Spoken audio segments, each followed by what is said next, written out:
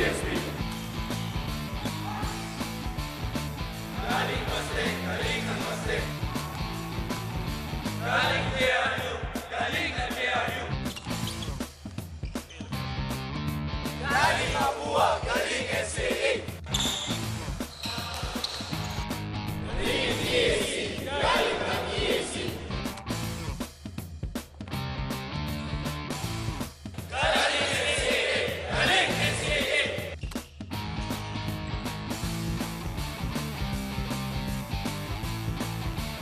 Galing Metral, galing ng Metral.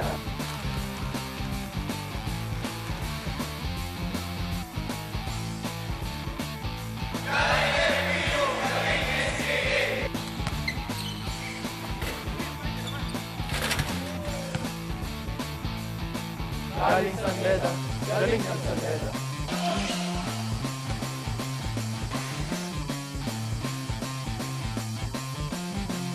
Galing Perpetual, galing ng Perpetual.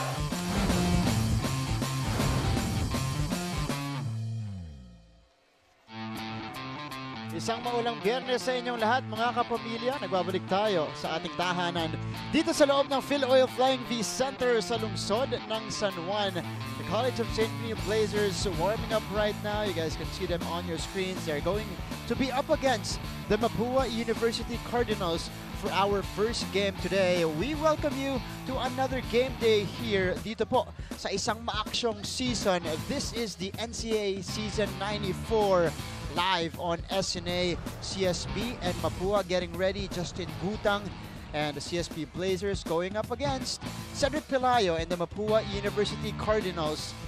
And po nakikita nyo on your screens, one of the top rookies mula sa kupunan ni Coach Atoy ko, Warren Bonifacio. He almost had a double-double in their first game of the season. Edward Dixon naman sa kabila led the way for CSB in their opening loss against San Sebastian. Ito po ang aming triple header for today. We are back to regular programming here in NCAA Season 94. Sisimulan natin yan sa bangkaang Mapúa Cardinals versus CSB Blazers. Pagkatapos po niyan, pupunta tayo sa laro ng LPU Pirates at JRU Heavy Bombers, and they will be capped off by the matchup of the San Sebastian Stags and the Coleo, the San Juan de Letran Knights. Muli magandang hapon po sa inyong lahat. Maraming salamat sa pagtutok dito sa SNA HD Channel 166, Liga and Liga High Definition Channel 183, the #1 sports website in the country, sports.abs-cbn.com. And syempre, meron din tayong tfc.tv para sa mga nanonood sa atin abroad. My name is Martin Javier and I'm gonna be working alongside ang nag-iisang strength and conditioning specialist. Nandito ang isa pang Martin na si Coach Hammer, Martin Antonio. Coach, magandang hapon. Magandang hapon sa iyo, Martin. Magandang hapon sa ating mga manonood. Magandang matchup ngayon, dalawang koponan. Isa galing sa panalo, isa galing sa talo with their first games. Gustong i-continue yung mga bagong trends para sa kanilang koponan. CSB, of course. At itong dalawang koponang to, Coach Martin, bago natin sila himayan, we're both part of the bottom half ng ating standings last year after the elimination round. Pero ngayon, ito na ang nagiging team standings natin early in the season. Makikita nga natin ang Mapúa Cardinals, nanalo yan nung bumisita sila sa bahay ng JRU Heavy Bombers. Meron silang 1-0 na kartada. Ang St. Benilde Blazers hindi pinalad na makuha yung panalo kontra sa San Sebastian Golden Stags nung nakaraang Biyernes. Titignan natin kung sila naman ang makakasungkit ng kanilang unang panalo. Magkaiba nga yung kanilang tinamong fate nung kanilang mga first game, CSB losing to the Stags. Samantala, yung Mapúa, they scored a big upset. I call it upset because it was done at the home floor of the JRU Heavy Bombers. Doon po yan sa may Mandaluyong. Tinalo nila ang JRU 72-60, and leading the way for them is their homegrown player. Itong si Lawrence Victoria, looking to have a breakout here para kay Coach Atoy ko. Maganda nga inilaro ni Lawrence Victoria doon. He was stepping up dun sa point guard position, 11 points, 7 boards, 4 assists. And more importantly, yung pag-control niya dun sa tempo nung kanilang laro. They were able to run, they were able to maximize the young legs that they have. Dahil karamihan ng players nila galing sa kanilang high school program. Ngayon, nagpapakitang gilas dito sa seniors. And what a way for him to show example sa kanyang mga rookies doon sa larong yon against JRU. Ito makikita nyo yung mga highlights ni Lawrence Victoria doing a little bit of everything para sa kanyang kupunan, 11, 7, and 4. Mabigat nga yun, Martin. At yung fast break points nila, 18 puntos kontra sa siyam lang ng JRU. He was really the catalyst and the rebounding. Out-rebounded nila by 10 boards ang JRU Heavy Bombers. Yun yung nag-translate sa maaga nilang mga atake. And the Mapúa Cardinals looking very impressive with how they started the season. He played 30 minutes, the only player to crack that many minutes para kay Coach Atoy ko, and he only committed 1 turnover in that game. Very efficient outing para dito kay Lawrence Victoria, and an encouraging start para dito sa Mapúa University Cardinals, who are also looking to have an improved season. Samantala, punta tayo sa kabila. We call them the dark horse of NCAA Season 94, the CSB Blazers. They lost their first matchup of the season against the tough and very pesky San Sebastian Stags. But eto, hindi silang naglaro nung first half ng larong yon dahil for disciplinary reasons. I'm talking about Yankee Haruna and Clement Lucho, but they immediately made their mark in the second half. Despite the limited minutes, they put up great numbers for Coach T.Y. Tang. And of course, they played under 17 minutes for both of them. Yankee Haruna, double digits, 10 points, 3 offensive rebounds for a total of 4 rebounds, 50% of the field goals. Aasahan siya ni Coach T.Y. Tang as their hustle player, as their senior leader. At ito, makikita niyo naman si Clement Luchu, 6 points, 10 boards, 2 blocks, 4 offensive rebounds. So a lot of those second chance baskets sa kanya manggagaling, and meron pa siyang 2 assists at 1 steals, feeling the stats dito sa ating liga. Clement Lucho, we're still waiting for him to show improvement on how he plays underneath the basket dahil siya ang magkocontrol ng pintura para sa St. Benilde Blazers. Abangan natin yung performance nila, and of course in this game they will get to start naman para dito sa College of St. Benilde Blazers. Pero bago tayo magpatuloy sa ating coverage, kilalanin muna natin ay 3 miyembro ng ating broadcast team. Nandyan ang nag-iisa at ang veteranong si Siege Tantenko. Go ahead, Siege. Magandang hapon sa inyo, guys. Pasensya na ha, hindi Martin ang pangalan ko, but I'm very happy to be here with you today. Siyempre kasama ng ating mga NCAA fans dito sa San Juan Arena. Kahit maulan sa labas, sabay-sabay kami umaasa sa isang hapon ng mainit na basketball action. So kayo mga kapamilya sa bahay, sumali na kayo. Sagutin niyo ang ating question of the day. Magpangalan kayo ng isang bagyo gamit ang pangalan ng NCAA player. Just answer that with the hashtag NCAA Season 94 and hashtag galing NCAA rather. So, Martin, Coach Hammer, ano kaya yung inyo? Sisimulan na namin, Siege. meron ako. Ano sa'yo? Bagyong JC Marcelino. Kasi di ba number 3 siya? So, signal number 3, agad-agad walang pasok pag si JC Marcelino yung nasa loob ng court. At si Martin walang pasok. Ako, papangalanan ko, Bagyong Ian Alban. Oh, bakit? Kasi every time maglalaro yung Arellano Chiefs, so unang 2 beses na-cancel. Pati laro, pati klase. Grabe naman yun. Buti kahapon natuloy na yung laro nila. Oo nga, buti na lang. Ikaw naman, Siege, meron ka bang ipapangalang NCAA player sa Bagyo? Well, sa akin, Coach, kasi alam naman natin pag bagyo medyo nakaka-down ng feeling, di ba? So ako, Bagyong Tang. Para kahit bumabagyo, mapapatiway ka pa rin. Wow! Ang ganda nun ah. Pwede. Ang ganda nun ah. Okay, maraming salamat, Siege. Brad, great contribution. At abangan namin siyempre yung mga report mo mamaya during the game. Pero eto na, susunod na po, magsisimula na ang laban ng CSB Blazers at Mapúa University Cardinals. Lahat po yan coming up next dito sa NCAA Season 94 live on SNA.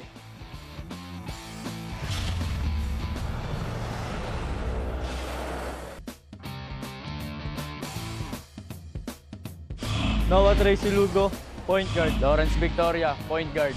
Christian Bunyag, center. Cedric Palayo, guard. Arvin Gabawa, forward.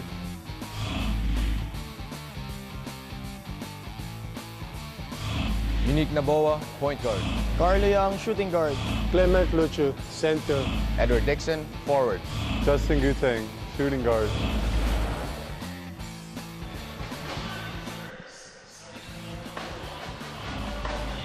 Starting unit para sa parehong kupunan, Noah Lugo getting start here for Coach Atoy ko at point guard ang gwardiya na nanggaling sa nungga ni Coach Topex Robinson bago siya lumipat dito sa Mapúa University. Although he also spent his high school years then sa Malayan High School to go along with Victoria, Bunyag, Pelayo, and Arvin Gamboa completing the starting unit for the Mapúa University Cardinals. Sa kabila naman, we mentioned for the CSB Blazers, Yankee Haruna and Clement Luchu finally getting their first start of the season. They're going to be playing with the usual starters in a Unique Naboa, Carlo Young, and Edward Dixon. Ball is up, ating mga opisyales para sa unang laro. Ray Delina, Michael De Guzman, Delfin Gonzalez Jr. And this is the second game for both teams. CSB again at 0-1. Mapúa at 1-0 after winning against JRU. Now let's lay down a few keys of the game here, Coach Hammer. Kung ikaw yung CSB, paano mo i-approach itong laro mo against the Cardinals? Well, number one, kailangan mong i-limit yung rebounding nila. They out-rebounded the JRU Heavy Bombers. Nabanggit natin kanina nung pre-game. 10 rebounds ang difference nila when it comes to the boards. Yun yung nag-fuel dun sa fast break attack nito. Dahil bata nga ang Mapúa Cardinals this year. More than half of their roster, either a freshman or a sophomore dito sa NCAA. Ito makikita natin, naka-force pa sila agad ng turnover. And Noah Lugo looking very much in shape. Lost a lot of it. Pero yun yung fast break points and just forcing turnovers, kailangan i-limit mo yan when you're playing against the Cardinals. And you're playing a very similar build dahil San Sebastian nga yung una nilang nakaharap. Wala rin silang foreign athlete, just like this team likes to run. And that time, Christian Bunya got fouled right away in transition. So first person na lang itatawag dito kay Carlo Young. Kung ikaw naman ang Mapúa, as we take a look at this replay, ayun yung foul galing sa likod mula kay Carlo Young. For Mapúa, you're facing now a full and strong College of St. Benilde team with Clement Luchu and Yankee Haruna starting. Ano naman yung magiging key sa kanila para sa larong to? Kailangan lang nila i-continue yung ginagawa nila. Forcing turnovers, playing the passing lane. Nahirapan ng JRU Heavy Bombers with their length. Nagsuswitch sila sa depensa nun and they were very adamant on boxing people out. Makikita natin dito, Justin Gutang is 6'4", Yankee Haruna is very athletic, Dixon and Luchu, they crash the board. They need to control those rebounds para mabigyan sila ng pagkakataon tumakbo. Ayan, ito. But Mapúa getting another steal here. Cedric Pelayo on the move. Binigay kay Victoria in the lane. Up and in for Lawrence Victoria. Mas komportable maglaro ngayon itong Mapúa University Cardinals, Martin. Last year medyo tight sila. Ngayon mas humaba yung kanilang rotation. Yun. At mas mga piling player ni Coach Atoy ko itong naglalaro. At kahit last year naman, Coach Hammer, kahit short-handed sila almost every game. Lumalaban sila. Kaso kinakapos dahil 11 players lang yun nandun sa roster nila. Pero ito, kompleto sila dito. Mas malaki. At ang kumpiyansa nila going into each game dito sa NCAA Season 94. Unique Naboa. Oh, nice two-man game with Dixon. But Edward Dixon missing the gimme there. Another fast break opportunity for Mapúa. Lugo could not finish, but the ball will remain with the Cardinals with a lot of time on their shot clock. Ito ang gustong laro ng Mapúa. Up and down, maraming shot attempts, mataas yung pace. Ito yung kuha kanina ni Pelayo at extra pass papunta kay Lawrence Victoria. At ang sakit pa rin dito ng CSB ay ang kanilang turnovers. At 21 turnovers against the San Sebastian Stags. Oh, mabigat yun. But Clement Luchu with the first basket for CSB. Ito ang kailangan nilang mas ma-involve, Martin, dahil pag si Luchu nakakashoot sa ilalim, mapipilitan mag-collapse yung mga defenders, magkakaroon ng espasyo si Naboa at itong si Gutang para tumira sa labas. At dumami nga ang ball creators or shot creators para dito sa CSB. That will open up shots definitely for Clement Luchu inside. In the meantime, tingnan natin itong field goals natin. 2 out of 3 so far. 2 out of 4 for Mapúa. 1 out of 3 coming from the Blazers. 7:42 remaining here in the first. Takbuhan po ang ating napapanood mula sa parehong kupunan. Unique Naboa using that Dixon screen. This time Luchu with a screen. Naboa, pupuntahan si Gutang. Back to Luchu inside. He kicks it out. Naboa, sumalaksak. Naboa drops it off. Dixon out of control. are the CSB Blazers, and that's another turnover for them. Nakikita mo na yung epekto ni Coach Randy Alcantara ngayon dito sa sistema ng Mapúa. Most of these players, Noah Lugo, etong si Pelayo, nagkaroon na ng isang taon to work with Coach Randy Alcantara. And he is known as a defensive stopper when he was still playing. And kahit yung koponan niya sa high school, yung Malayan High School, they were really a hustle type of team. Nakikita mo active hands, pressuring the passing lanes, and then yun yung nagbibigay sa kanila ng mas maraming energy. It's all about energy pagdating sa college basketball. That's right. At itong Mapúa na to, last year pa, because they had a surplus of guards, you know they like to run. Luchu from the baseline. That bounces out. Gamboa gets the rebound. Victoria putting on the Jets. Victoria gets the contact, but an offensive foul will be called on the veteran Lawrence Victoria. In-extend niya kasi yung kanyang offhand. Ito, tingnan mo Martin, ang pagka-ball protect niya, yung left hand niya, natakpan lang neto ni Edward Dixon. Yung pag-ward off, yun yung natawagan ng offensive foul. And sharp eyes by our officials. That's right. First personal galing dito kay Lawrence Victoria. Pajarillo checking in the game para dito sa Mapúa Cardinals. 5-2 pa rin ang ating talaan dito. Justin Gutang. Binigay kay Noboa. Being pressured here at the backcourt by Pajarillo. At kakapasok pa lang niya, natawagan na siya ng foul. Most of the time yun ang mangyayari, lalo na pagka malamig ka off the bench. Ayan, yung pagkalso niya ng braso, yun yung tatawagan. You're impeding the movement of the ball carrier. Similar to a hand check. Usually that's gonna be called for a foul almost instantly by our officials here. Edward Dixon, pinapantayan ni Gamboa. Guta, back to Dixon inside. Dixon off the glass and in. The more minutes that he gets, the better he becomes. Last year, spot minutes lang to si Edward Dixon. Last game, maganda ang kanyang inilaro. Lalo na yung simula niya, sunod-sunod yung mga baskets na nakuha niya. Edward Dixon had 10 points in the first quarter, pero 2 points na lamang ang itinala niya in the remaining 3 quarters. But let's see if he can have a more steady game here as Pelayo shoots the 3, no good. The outlet here by Gutang. Dangerous pass. Dixon saves it to the wrong guy. Pajarillo with a steal. Gutang gets it back. Gutang. Pajarillo. Back with a steal for Mapúa. Pelayo, the pull-up jumper is good. Cedric Pelayo extends the lead for the Cardinals here. 3 points na ang kanilang lamang. Babalik ang NCAA Season 94.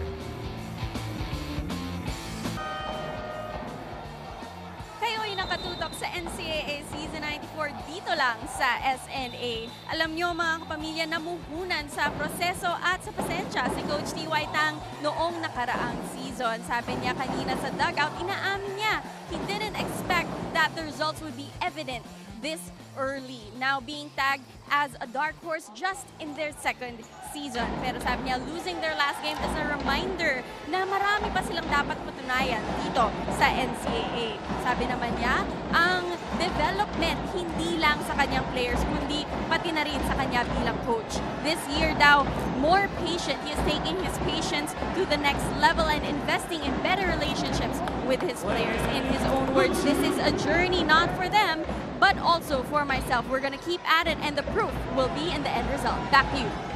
Maraming salamat, Siege. And that's naman ang kagandahan sa mindset ni Coach T.Y. Tang, taking on his first head coaching role dito sa NCAA. Ang keyword doon, Martin, is building that relationship. At yung journey, not only for the players, but also for him. Room for growth. T.Y. is one of the younger coaches here in the collegiate ranks. And he has a big window to grow in. And we've seen the progress from them so far, at least in the preseason. At mas magandang showing din yung kanilang ipinakita ng kanilang first game of the season. Right now, they are down by 8 points, 7-6 against the Cardinals here. Gamboa. Eric Habel also in for Coach Atoy Ko. The crossover, Gamboa commits the turnover. Substitution here, the returning player for Coach Atoy, Justin Serrano, checking in for Arvin Gamboa. At Justin Serrano, may mga times na napakaganda rin ang kanyang inilaro last year. Yes. Pero paambon-ambon din eh. hot and cold yung kanyang inilaro, but he is there as a consistent veteran to provide leadership, provide scoring for them. Clement Luchu flexing, getting that rebound, binuhat na lang yung bantay sa ilalim. Too big, too strong is Clement Luchu underneath for CSB. And he gives them the first lead here, or their first lead of the game. At 8-7, here's the play earlier, the putback. And cleanup by Clement Luchu inside, though it does not make the continuation free throw. Doon mo makikita, Martin, yung height is might, no? Mahaba yung mga braso, kahit naka-box out na si Warren Bonifacio at Justin Serrano sa ilalim. Hindi pa rin nakakuha yung rebound. 8-7, and both teams applying the full court press now. CSB, it's now their turn to put on the pressure against the Cardinals. Habil. Oh, the pressure working for CSB as Mapúa commits the turnover. Maganda yung pagkakapatong doon sa defender at hindi nakita ng maayos yung forward pass na sobrahan. And that's what you want eh. You want turnovers kahit hindi agaw. It stops the clock and gives you possessions. Yes. Ang 5 turnover na yan para sa Mapúa. Yankee Haruna gives the ball back to the Cardinals. 2 turnovers agad tong si Yankee Haruna. Isang offensive foul, isang errant drive. CSB, that's their 8th turnover here in the first. Ito interesting yung press break nito ni Coach Atoy ko. Walang tao sa gitna. Usually, when you want to break a press, you have a guy on the middle of the floor to remove the pressure para meron kang forward pass agad. Kanina wala silang tao sa gitna. They were just using the sides. Ito yung dalaw kanina ni Justin Serrano. Foul from behind by Justin Butang. Samantala, napatimeout si Coach Atoy ko. They're trailing by a point. He is known as a defensive player noong kanyang high school days sa Malayan High School. Of course, the juniors program nitong Mapúa University. Warren Bonifacio making an impact right away here in the seniors division. Almost a double-double for him. 10 and 9. Big numbers for the rookie debuting against the Heavy Bombers. Talagang highly sought-after recruit tong si Warren Bonifacio. Could shoot from the outside, can provide that interior defense in the high school level. Ngayon magiging stretch 4 ang laro niya. As you see that jump shot from him, yun yung magiging look sa kanya. He can defend wing guys, he can provide shot blocking. At pinakita niya doon that he could also score and get those rebounds. He is the priced rookie here for the Cardinals. Second foul ni Yankee Haruna while pushing away his defender there. Mabigat yun dahil pagkapasok ni Yankee Haruna, 2 turnover, 2 personal foul agad. Wala agad siya sa rhythm dito na sa ating laro. Justin Serrano backing down. Gives it to Bonifacio. Too low. Exhibiteng moves closer. Habel with a putback. It's off as well. Luchu gets the board. Ando dun yung mga tira para sa Mapúa University. Hindi lang nila ma-convert. Shots have been there at magagandang looks yun, Coach Hammer. As Velasco steps out of bounds. Turnover ulit para sa CSB. Pang-siyam na yan dito sa first quarter for the Blazers. Enforcing turnovers, that's what the Cardinals want to do. Dahil the more turnovers, the more possessions, the higher the pace would be, the more shot attempts, and doon sila nakakakuha ng buwelo. Even last year, na kinakapos lang sila pagdating sa dulo. Siyempre nga, tatakbo ka buong laro. Mawawalan ka na talaga ng energy by the end of the game if you're playing the same players. As Pelayo missing from the outside there. Habel back to Biteng. He can shoot the 3. That's too strong. Battle for the rebound. Naboa gets the loose ball. And he will settle down the troops for the Blazers. Speaking of settling down, itong si Unique Naboa has developed into a playmaker. Solid playmaker. Hindi na siya tumitira na lang ng mga out of nowhere shots. Pero ito may offensive foul, si Velasco. So a couple of turnovers right away. Kakapasok pa lang nito si Velasco. First one was when he stepped out of bounds. Ito naman, tawagan siya ng foul while setting a screen. Coming off the bench, meron agad 5 turnover. 2 kay Velasco, 3 kay Haruna. Wow. You commit 2 turnovers, 1 offensive foul. Tapos ito si Velasco, an offensive foul and a turnover. Mabigat yun kasi gusto mo pag pinapasok yung mga bench players, magbibigay sa'yo ng offensive lift or defensive intensity tulad ni Justin Serrano. Yan. The veteran presence being felt right away from the Cardinals, Justin Serrano. And yet another offensive foul called on the College of St. Benilde Blazers. Offensive foul, number 16. The first quarter natin, total points for both teams, 17. Total turnovers, 18. Wow. Talagang up and down, palitan ng possessions.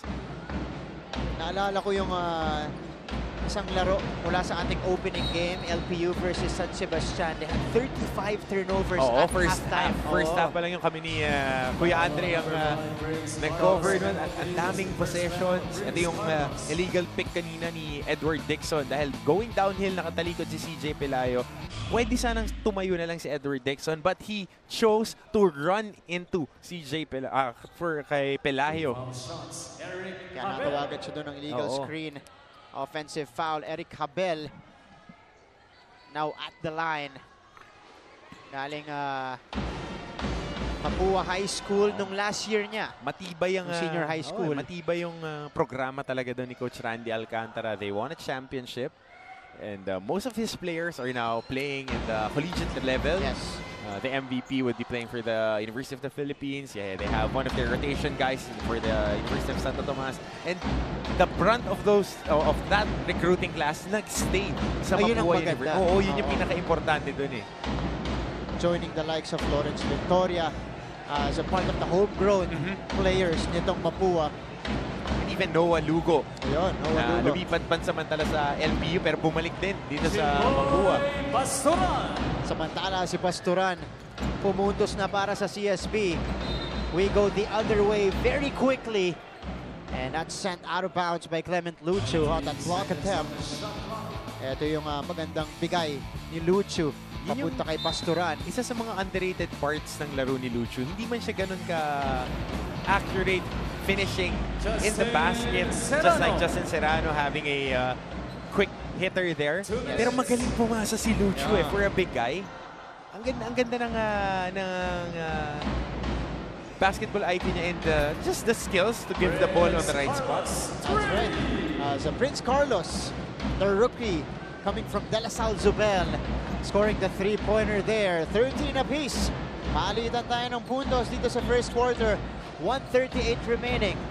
Natitira sa ating opening frame. Eric Abel against Pastoran. Biting with a fake. Kicks it out. Serrano back to Abel. Long three-pointer. Oh, that rolls out. Let's see kung anong tawag dito. Ang sasabihin ng ating referee, bola ng CSB. Ito yung takaw play from the inbound para kay Justin Serrano. Sinagot naman ng tres mula sa rookie na si Prince Carlos. That's a very nice move for Prince Carlos. Pag titignan mo, it's a tough move. Hesitation going to your offhand, papunta sa rhythm 3. Mahirap yan, especially for a rookie dahil the drums are there, the TV coverage is there, mas mahirap itira. Pero pag titignan mo, parang simpleng-simple lang pagka pinanonood mo eh. And that's a way to get his confidence going dito sa ating laro. As Justin Serrano loses the ball, yet another turnover para dito sa Mapúa Cardinals. 57.3 seconds remaining. Joshua Barnes checking in for the first time. Papalitan niya si Clement Lucio for CSB. 21 turnovers combined for both teams so far. Pastoran guarded by Pelayo. Velasco surveys the floor. Dixon dribbles in. Looking for Pastoran. Pastoran, he drives, drops it off inside. And what a finish underneath for Prince Carlos. Being at the right place at the right time, cutting and waiting dahil nagkakagulo na yung help side ng Mapúa. Nalibre doon si Prince Carlos. At ibibigay niya ang lamang sa CSB, 15-13. Eric Habel with 16 seconds remaining. About 2 seconds difference between our clocks. Serrano from mid-range again. That's a long 6 points para kay Justin Serrano. Fast to run. confident this year. Yes. 6 quick points para kay Justin Serrano. Oh, that putback rolls out para kay Prince Carlos, but I believe a foul was called before the clock expired, Coach Hammer. Muntik pang mahulog yung tira na yun ni Prince Carlos, but you got to love the activity of this young man. Crashes the boards, stays within the system, doesn't take place off. Nakikita mo, he is fighting through the screens pag siya nasa defensive side of the ball. Ito yung putback ni Prince Carlos at yung tulak, malinaw yan, galing kay XC Biteng.